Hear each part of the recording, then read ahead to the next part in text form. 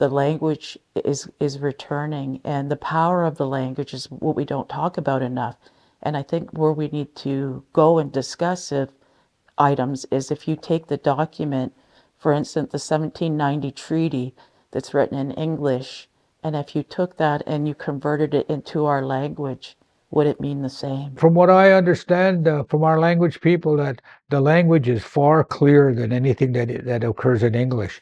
And if that was to be able to be taken up by the community, you'd solve a lot of problems.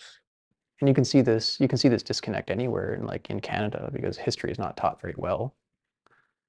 So it's hard to make decisions about the future and hard to do that without understanding the context from which you came. By the time we were ready to go to school, our parents had told us, don't use the language, don't talk, you just speak English. And they were very afraid because we were being raised right here in Leamington. They were very afraid that we would be snatched up and sent off to a residential school. Education can be the same barrier. Education without culture is still assimilation.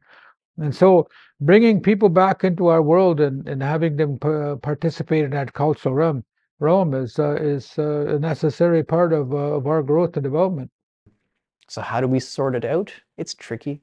It's tricky to do that without language. It's tricky to do that without an accurate historical record. And it's tricky to do that without a general, very deep understanding, even in English, of our own history and in our own ways. I think the more that we know our language, the more we can understand these concepts in our own ways.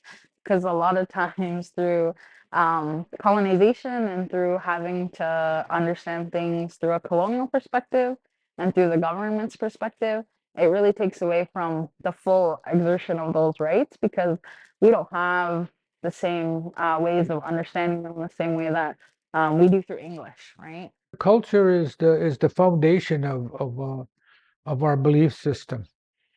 And that belief system, that how we work together, our belief system about what we have, the exercise of our consent that we've had a long time before Canada was envisioned as a country. Culture is where a lot of our strategies and worldview come through.